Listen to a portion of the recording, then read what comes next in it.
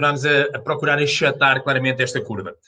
Entretanto, é fundamental, não é, manter-nos lúcidos, ativos, produtivos. Pá, e é por isso que nós continuamos aqui todos os dias, eu e a minha equipa, à procura de pessoas inspiradoras, de vendedores e de outras pessoas também de outras áreas, pá, que nos ajudem nós a inspirar, que estamos em casa, para quando regressarmos ao trabalho e mesmo nas atividades que temos de nos manter, pá, termos ideias novas, novas formas de ver o mundo. Pá, e é por isso hoje que eu tenho um convidado especial. Mas, entretanto, antes de falar um bocadinho sobre ele, eu ia-vos convidar a vocês, podem colocar aí no chat, a ver se vocês estão a ouvir bem. Eu, igualmente, também vou escrever aqui, olá, boa tarde. Olá, boa tarde. Hoje foi em maiúsculas, porque não é aqui o nosso programa que usamos, o BeLive, por vezes está à maneira, por vezes atrasa-se um pouco. Eu vou ver aqui também, estou aqui a ver no meu telemóvel, para ver... boa. Penso que... Boa. Acho que já está on. À maneira. Boa. Penso que vocês já me estão a ver. Penso que estão-me a ouvir bem. Ok. Então vá, equipa. Eu hoje decidi chamar o João Copp. Quem é o João Copp? Eu vou convidar o João também a apresentar-se. Eu vou chamar João. Vou-te convidar a entrar. 3, 2, 1, 0. João, estás aí no ar. Olá, João. Boa tarde. Como estás? Olá, cá estou. Tudo bem, João? Está tudo e contigo, Pedro? Também, pá, João, tudo impecável. João, normalmente eu sei que costumas andar no ar, na terra, no mar, em multiformas, não é, João? Então, é mais no mar e No em mar. terra, não é? Porque nós, os seres humanos, somos bichos maioritariamente terrestres, então são as minhas duas partes, mas passo bastante tempo nos aviões, quer por um lado a viajar de um lado para o outro, acho que é o que eu mais gosto de fazer, e por outro porque tenho um programa nos aviões da TAP, o que faz com que quando eu não lá estou, o eu virtual às vezes esteja por lá também. É verdade. João, e foi por isso que eu te convidei para estar aqui. Olha, eu estava a semana passada, estava em casa à noite a descontrair e, pá, gosto de ir para a SIC Radical, não é? Para ver se consigo pintar estes cabelos brancos um bocadinho mais pretos. Então vou para a SIC Radical. É verdade, é um tratamento que eu faço. Procuro ver programas mais jovens para ficar mais jovem. E eles vão ficando mais jovens, Eles certo? vão ficando mais jovens, é mesmo isso. João, eu estava na SIC Radical e vejo o teu programa. E pensei assim, uau, eu tenho que convidar o João. Eu vou só Na partilhar SIC aqui. Radical? Sim, foi. No Fuel TV, provavelmente. Ou foi na Flua, está bem, desculpa. Então foi na Flua, está bem. Foi isso. Foi na Fuel Flua. TV, exatamente. Foi na Porque na Flua, SIC está bem. Radical ele não está. Não está. Boa. Pode ser outra coisa qualquer, mas para já acho que não Foi está. na Flua, João, exatamente. Sei que tinha sido no canal de cabo, estava distraído. Então, olha, entretanto, eu vou convidar vocês a colocarem perguntas ao João. João, olha, podes apresentar, pá, eu andei a pesquisar sobre ti, eu conheci-te através do teu pai, ou seja, com quem eu trabalho. O teu pai não é um especialista em comunicação, o Jaime da Hamlet, é um especialista em comunicação business to business, pá, também um gênio, claramente, ao nível da comunicação. E eu conheci-te através do teu pai, João. Eu estava a dar uma palestra com o teu pai, onde é que nós partilhamos conhecimento com empresas, pá, e o teu pai, no meio da palestra, diz assim, olha, eu agora vou falar do caso que eu produzi com mais sucesso, que é o meu filho, o João Copp. Então vá, mas quem é o João Copp? Fala aí como é que, se pudesses partilhar aqui com todos nós que estão-nos a ver, quem é o João Copp? Então, quem é o João Kopke? O João Kopke é uma pessoa bastante curiosa que começou por ser, ou seja, ser para os outros, não é? Ser para os outros, eu era surfista e era maioritariamente isso que eu fazia, um surfista competidor, fazia campeonatos de surf e ganhava alguns, perdia outros, mas bastante, bastante interessante no mundo da competição. Tinha sido campeão nacional algumas vezes, das categorias mais júniores principalmente, mas eu acho que sou um bicho bastante curioso e que tenho alguma fome de conhecer coisas e de estar em contato com outras realidades, então o surf competitivo começou por não fazer tanto sentido para mim, porque pronto, quando a pessoa quer realmente ser muito boa num ambiente tão competitivo como o desporto de competição, tem que de certa forma se focar muito naquela uma coisa, e isso para mim nunca foi interessante, eu sempre fui mais generalista, digamos assim, então eu tentei de alguma maneira começar a utilizar o surf à mesma, porque continua a ser talvez a minha maior paixão, mas como um veículo, e um veículo para chegar a outro tipo de histórias e a outro tipo de conteúdo interessante. Essas histórias culminaram num primeiro momento na criação de uma marca, que é o Story Rider, no fundo cujo mote é à procura de ondas, o que mais poderemos encontrar, no caminho para as ondas, o que é que nós vamos encontrar, e são pessoas, são culturas diferentes, são viagens a lugares fantásticos, são arte que eu não conhecia e tudo mais.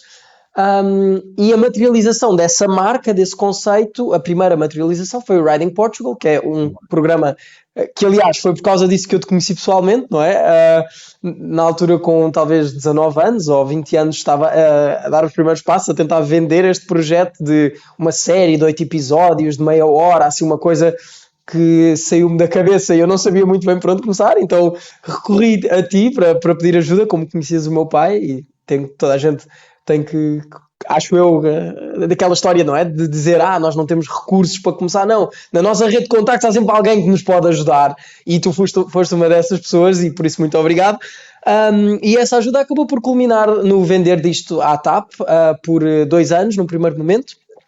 A série passa nos aviões da TAP. Nós, entretanto, já vendemos mais 3 anos, não é? Que neste momento não estamos no ar porque os aviões também não estão, infelizmente. Estamos nesta altura estranha.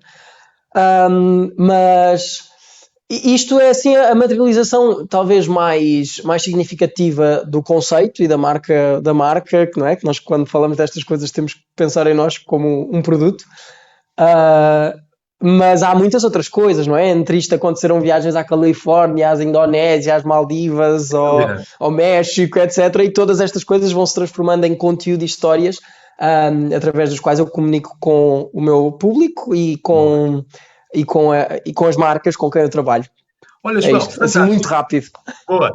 Então, olha, vou convidar as pessoas a fazerem-te perguntas, está bem, aqui ao João. Então, João, vou explicar aqui uma viagem espetacular. Ou seja, tu com 19 anos, portanto, tu fazias surf, antes disso já tinhas sido campeão de ginástica acrobática, músico, canto lírico, contrabaixo, estás estudante de Ciências Políticas e Relações Internacionais, ou seja, N de coisas. Mas, entretanto, uma coisa muito gira, ou seja, tu, no meio disto tudo, tu com 19 anos, dizes, eu quero vender uma série de 8 episódios, ou seja, e tu percebeste que tu tinhas de vender. E porquê é que tu sentiste e vender e tu também te intitulas como a própria marca? Ou seja, João, mas o que é isto de vender 8? Quando é que tu ligaste este chip? Ou seja, porque eu penso que há uma história, não é, João? Quando apareceu a Bondi, não é? Houve 2 marcas que vieram atrás de ti e tu aí tens um clique da tua vida. Ou seja, não é, João? Queres partilhar esse momento connosco? Claro, ou seja, este momento do Riding Portugal, ele foi precedido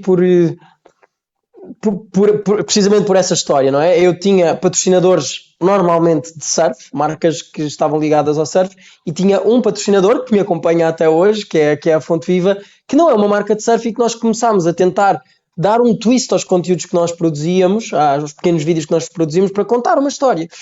E a Bondi, quando quis voltar a fazer parte do mundo do surf, que tinha estado afastada desse universo durante algum tempo, percebeu que a maior parte dos surfistas tinham um problema, apesar de serem pessoas fantásticas e de serem ótimos surfistas, tinham um problema que era falavam surfês, ou seja, não comunicavam com o público-alvo da marca, não poderiam porque falavam uma linguagem que as pessoas não percebem e identificavam-se com temas que não são facilmente identificáveis para toda a gente. Portanto, havia aquele gancho do surf e do estilo de vida jovem e tudo mais, mas não havia o continuar desse gancho, não é? Não conseguiam prender a atenção porque falavam numa outra linguagem que as pessoas não percebiam.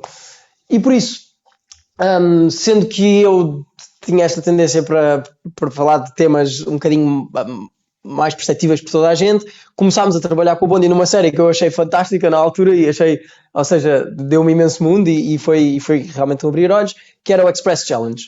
Basicamente eu trocava de vida com outra pessoa que vivia intensamente, que era o slogan da Bondi, e eu, considerando-me uma pessoa que vive intensamente, e na altura acho que era assim já, encaixava bastante bem nisto. Ou seja, eu troquei de vida com um pastor, com um chefe, e com um pescador, por exemplo. E nisto, eu comecei a perceber que, calma, se esta marca tem este interesse em mim, será que... E veio atrás, ou seja... Mas isto foram ideias da agência, não é? A agência que propôs este programa. Se eu propuser algo semelhante no sentido em que fala para um público mais alargado, mas utilizando o surf, que é a minha paixão, a minha linguagem e tudo mais, será que isto pode ir a algum lado? E nisto, lá está, foi ótimo ter o meu pai como marketeer, como consultor. Era uma consultoria que teria ficado provavelmente bastante cara se fosse feita a uma agência de Com muito branding valor. e tudo mais. Não é cara, é com muito valor. A Hamlet tem muito valor, não é? Exatamente, ou seja, foi brutal ter essa primeira ajuda e por outro lado também despertou em mim uma espécie de um marketeer interior que cá estava guardado.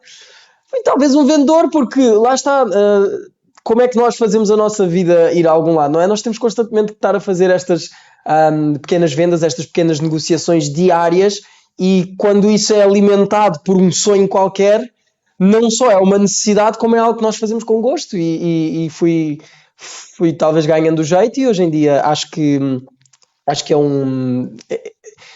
Quando eu tenho um projeto novo, eu não tenho medo de ir para uma reunião e não tenho medo de dizer o que aquilo vale, porque eu acredito mesmo no valor dos projetos, acredito que aquilo tem uma força de comunicação interessante, que eu consigo impactar o público com quem eu falo e, portanto, se eu me identificar com o meu parceiro, com a marca com quem eu estou a trabalhar, com certeza faremos alguma coisa bastante divertida e que os vai ajudar a eles e claramente vai ajudar a mim, porque continuo a viver este sonho. Sem dúvida, não é? Ô, João, olha, é importante, estás a ver, ou seja, estou aqui a comunicar contigo, mas estou a ver os teus olhos, estou a ver o teu tom de voz determinado, pá, e falas, ou seja, tu falas de paixão. Pá, eu acredito que é isso, João. A nossa vida pode ser comunicação, vendas, o que for preciso, ou seja, mas nós vivemos em comunidade. E houve aqui coisas fantásticas que tu falaste. Primeiro, eu tenho que ter um sonho, ou seja, tu tens sonhos, não é, João? Segundo, para materializares esses sonhos, tu tens de encontrar parceiros, pessoas que se identifiquem contigo. E terceiro, não é, João? Tu tens de ir falar com eles e tu tens de mostrar a essas pessoas que é bom para elas e é bom para ti. João, o que é que achas que é determinante? Ou seja, para tu que tens parceiros ao mais alto nível, tens a TAP e tens a Fonte Viva e penso que tens outras 6 marcas que estão contigo, não é, João? Eu tive a oportunidade de ver o teu site. Sim, trabalho com o Mel, por exemplo, outra marca assim que toda a gente vai se identificar. Nós trabalhamos juntos já há 3 anos, enfim. Exatamente. Ô, João, como é que tu alimentas? Ou seja, tu tiveste de vender essa tua ideia, tu tiveste de criar neles valor. Ou seja, quais são os conselhos que nos podes dar a nós, vendedores, João? Porque eu acredito que, imagina, eu estou na área comercial, eu também vendo consultoria, ou seja, eu vendo também uma comunicação. Mas tu, quando vais vender as tuas ideias, tu também não levas um produto físico, João. Tu não levas uma caneta para vender, não é, João? Como é que tu impactas as pessoas para eles acreditarem nos teus projetos, João? Porque tu fazes projetos de comunicação diferenciadores. É isso que tu fazes, não é, João? Exato, ou seja, eu levo essencialmente uma argumentação sustentada, não é? Cada vez mais sustentada. Começou por ser uma argumentação bastante pouco sustentada e daí o risco que uma TAP teve, por um lado, em aceitar fazer o que nós fazíamos, porque naquele momento, mais do que qualquer coisa, eu era um PowerPoint. Eu era um projeto que estava ali, que tinha uma argumentação, mas não tinha nada que sustentasse. Ou seja, como é que eu provava que aquela argumentação ou seja, que ia haver uma materialização daquela argumentação. Eu não tinha muito como, porque eu não tinha muitos números nas redes sociais, nunca tinha estado na televisão, enfim, nunca tinha muito pouco currículo de produção de conteúdo, portanto acabava por ser uma aposta que eles fizeram. E na ótica deles foi uma boa aposta, porque acho que é uma série super campeã de visualizações, acho que está atrás só do Big Bang Theory em toda a plataforma dos aviões da TAP, ou seja, é algo que... ou seja, nos últimos números que eu vi, são números muito antigos, nós estávamos com cerca de 3 milhões de horas de visualização, que é muita hora, é muita gente a ver. E tínhamos uma taxa de finalização altíssima, não é? Que era uma coisa tipo... 80%, eu não me lembro exatamente, mas era tipo 80% das pessoas que começavam a ver o programa acabavam de ver o programa. O que é, ou seja, é um número que, enfim, tinha aqui um cabelo, é um número que fala, acho eu, por si, e foi uma boa aposta. Mas no primeiro momento eu tinha a Bondi, que foi, ou seja, foram eles que vieram atrás de mim, então eu não tive que fazer muito, eu tive que justificar aquilo. Mas a argumentação que nós fazemos, se fizer sentido, acho eu, em termos de vendas, ou seja, o que eu estava a propor às marcas era como é que eu chego ao vosso público, que é um público difícil de agarrar, que é como é que eu vou impactar a atenção daquela geração que, como tu disseste, está a ficar, tem muitas responsabilidades e tem filhos e tem trabalho que consome muitas horas e tudo mais. e que ainda têm um espírito jovem, ou seja, estas pessoas querem consumir aquele conteúdo que faz com que os cabelos dela fiquem menos brancos, como tu disseste há bocadinho. E, portanto, eu quis-me posicionar como a pessoa que fala a este público, até porque é um público com o qual eu me identifico. Eu não me identifico tanto com o público que tem necessariamente a minha idade. Eu sei que isto é um estereótipo, mas eu gosto de falar com um bocadinho mais de conteúdo, eu gosto de explorar os temas um bocadinho mais a fundo e falar normalmente, principalmente naquela altura, não é? Com 20 anos, com um conteúdo um bocadinho mais alargado, era um bocadinho difícil, não é? Sobre explorar assim alguns temas. Então eu posicionei-me para este público que está ali, é um bocadinho mais velho do que eu, mas com o qual eu acho que comunico bastante bem. E fiz as marcas, ou seja, as pessoas, os decisores com quem eu estava a falar, tinham as dores que eu estava a apresentar ali. Ou seja, este público é difícil de agarrar, sim. Eu estou constantemente a tentar perceber como é que o vou agarrar e realmente este público tem estes wants e estes needs que são de identificar-se com um conteúdo mais jovem e no fundo viver a vida aventureira pelos olhos dos outros. E é isso, acho eu, que eu tento transmitir. Fantástico. E pronto, ou seja, no fundo é uma argumentação. Quanto mais sustentada eu acho que ela tiver, com números e com taxas de conversão e todas essas coisas, melhor. Mas as coisas têm que fazer sentido, acho eu. Sem dúvida.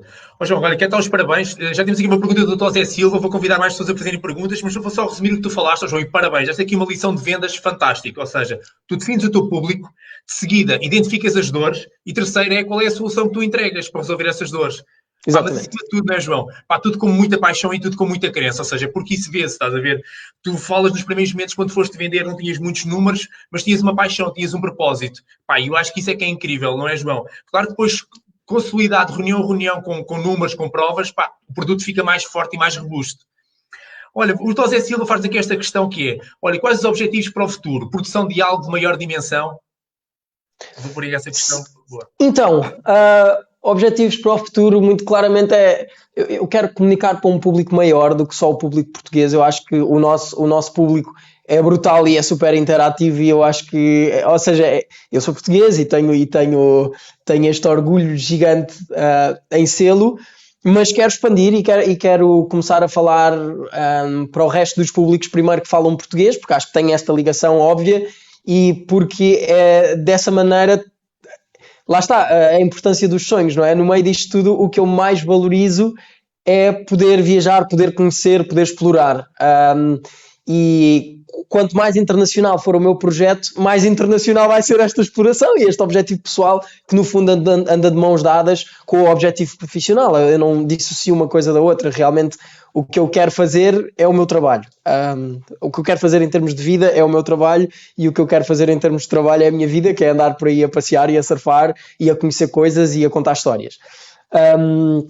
Portanto, claramente que sim, é sair daqui. Isso obviamente envolverá produzir algo de maior dimensão. E tenho algum bichinho por ensinar, ou seja, também. Então acho que há estas duas coisas, não é? De conjugar a partilha de informação, que eu quero muito ajudar outras pessoas, se eu puder, a viverem os seus próprios sonhos. Isso é uma coisa que eu gostava muito de conseguir transmitir. Está nos primeiros passos, fiz uma ou duas talks, algumas palestras, mas está a começar. E esta questão internacional, temos alguns projetos na calha que vamos tentar, ou seja, vamos tentar começar a comunicar para um público um bocadinho maior, mas no fundo é bastante em linha com o que já se está a fazer. Se eu puder ser o David Attenborough do surf e das viagens e da exploração, esse é o objetivo lá no fundo de tudo. Acho que é vamos isso. Lá, João, vamos a isso, já está traçado. Então, olha, obrigado. Temos aqui outra questão do João Amaral. O João Amaral foi: João, qual foi a mais-valia para a TAP de ter a tua série nos aviões? Já respondeste um bocadinho, mas até podes reforçar. Eles, para comprarem algo, têm que ter retorno financeiro. Qual foi o retorno deles neste caso? Ou seja, no fundo, o que a maior parte das companhias aéreas faz é ter conteúdo comprado a grandes produtoras. Estamos a falar de Hollywood, estamos a falar de Netflix, etc. Uma empresa que consegue ter um branded content, que é um conteúdo que não é visto em mais lado nenhum, tem uma mais-valia grande nesse ponto. E o outro ponto é, eu estou a vender o próprio produto da TAP e a bandeira da TAP, que é Portugal. Então os passageiros que vêm visitar Portugal através da TAP acabam por conhecer, ou pelo menos ser atiçados a conhecer o próprio produto da TAP, não é? Ficar com aquele bichinho de, ok, Portugal tem todas estas coisas que eu não consigo encontrar na Wikipédia, e até é um interveniente e um interlocutor com o qual eu me estou a identificar e que está a conversar comigo numa linguagem que eu gosto. E além disso estão a ser entretidos, não é? Porque aquilo não é um guia de viagens muito convencional. No meio de mostrar castelos e contar a história de Portugal, digamos assim, há muita aventura, muito surf, muita palhaçada e no fundo eu acho que é isso, ou seja, é um lado da credibilidade e dois, realmente eu estou a fornecer um conforto aos passageiros que de outra forma eles não teriam e pronto, gosto de acreditar que faço aquilo de uma maneira especial. Espero Faz estar mesmo. certo. Faz mesmo, acredita, porque olha, eu gosto desse estilo, mas a minha mulher, a Catarina, acredita, ela assistiu do princípio ao fim o programa na Flua, ou seja, ela não é assim tão aventureira quanto eu, ela também gosta de aventura, mas ela agarrou o teu programa, pá, porque tem algo de setor, ou seja, a gente nunca sabe o que vai acontecer no momento a seguinte, pá, parabéns. Obrigado. Ô João, olha, podes partilhar aí connosco, eu acredito, neste momento, ou seja, nós trabalhamos na área comercial, estamos em casa, pá, eu acredito que o vídeo é fundamental para todos nós. Tu podes dar aí conselhos para nós, ou seja, pá, eu também sou um principiante nisto dos vídeos, mas imagina, nós estamos na área comercial, ou seja, que temos agora em casa, que podemos melhorar os nossos vídeos, que temos que comunicar com os nossos clientes sobre vídeos, que temos que fazer vídeos sobre os nossos produtos. Pá, dicas para nós dicas para pessoas começarem a filmar em casa com o seu telemóvel para a atividade comercial, ou mesmo, quais são os conselhos que tu davas, João? Ou mesmo para ter criatividade, porque a gente, não tenho jeito, não gosto de me filmar com o meu telemóvel, mas o que é que eu vou dizer? Pá, João, podes partilhar aí connosco algumas dicas boas? Posso, claro que sim.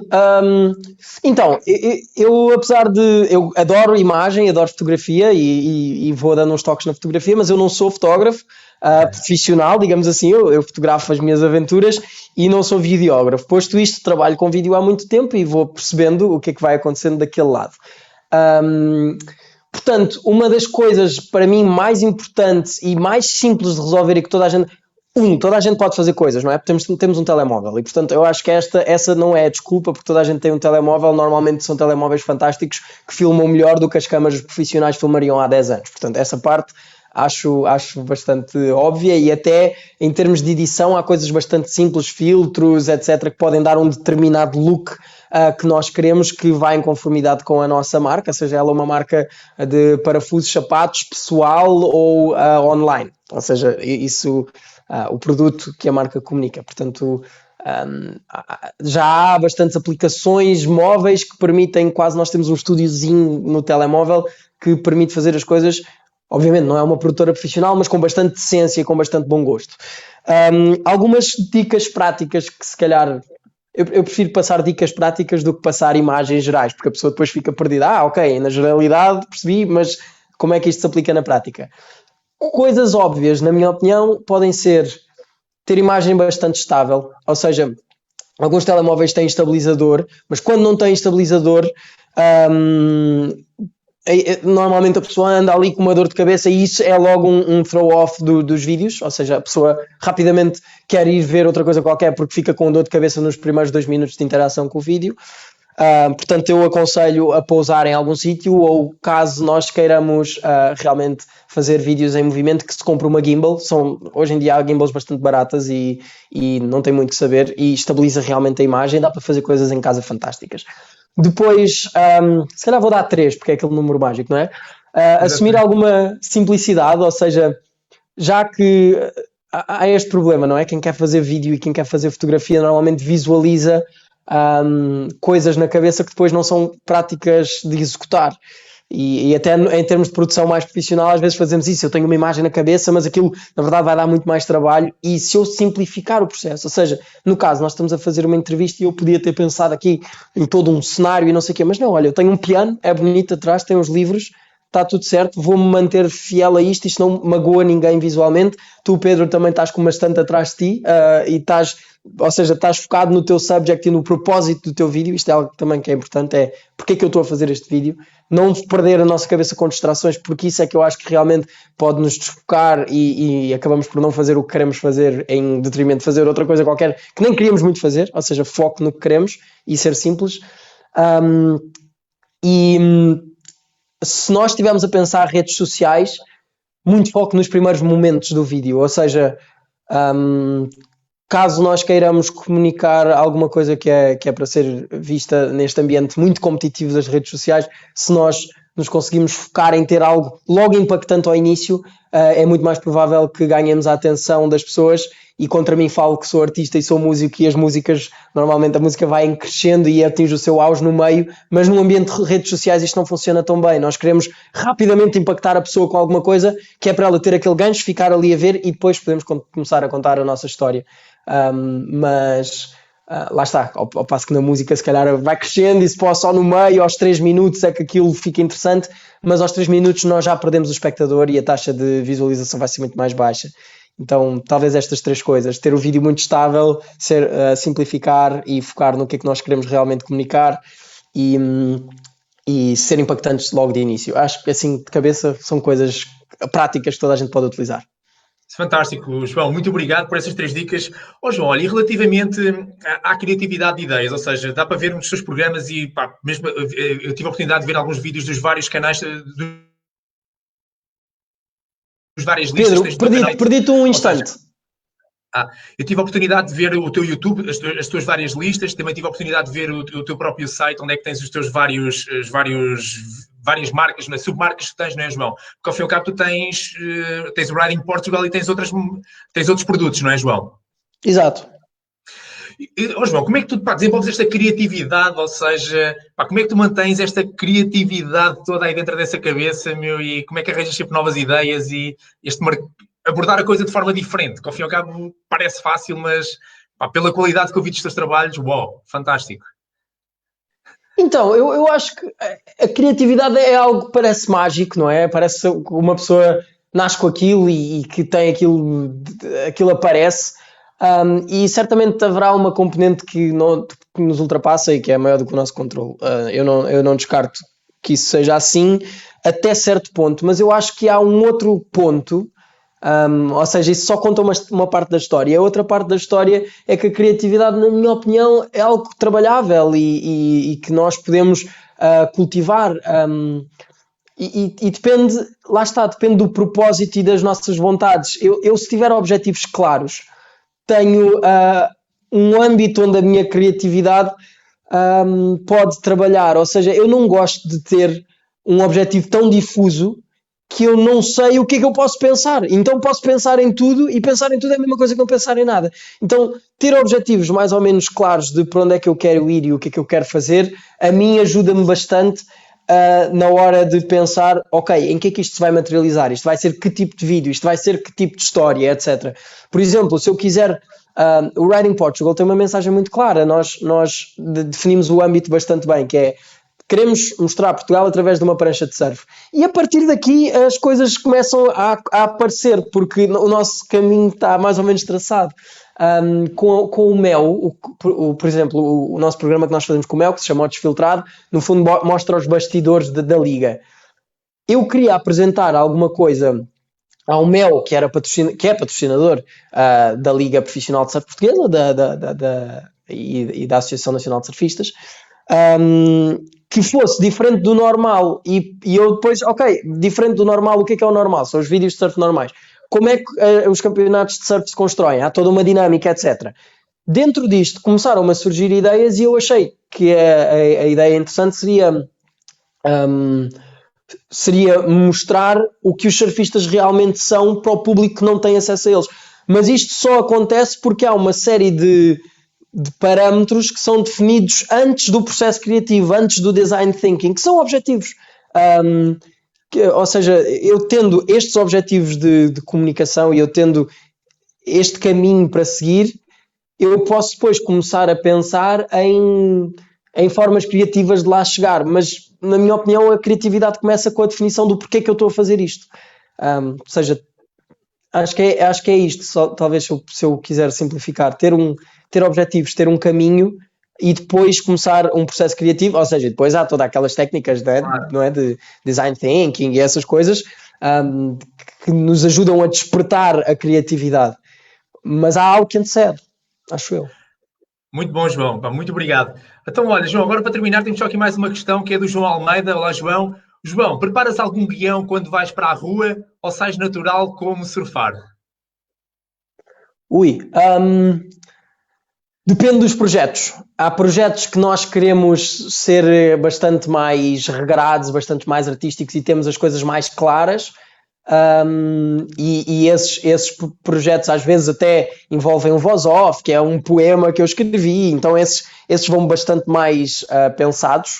E há outros em que, por exemplo, no Riding Portugal há muita espontaneidade, ou seja, para além de nós definimos o que é que queremos fazer em cada sítio, mas depois eu permito-me chegar ao sítio e olhar para aquilo e dizer, ok, o que é que isto desperta em mim? E falo sobre isso. Obviamente que há um balanço, mas depende muito dos projetos, acho eu. E eu não concordo que, não só no... Eu gosto de planos e gosto de caminhos, porque isso ajuda-nos a definir para onde é que nós vamos e a ser coerentes e a ser estratégicos. Eu acho isso importante.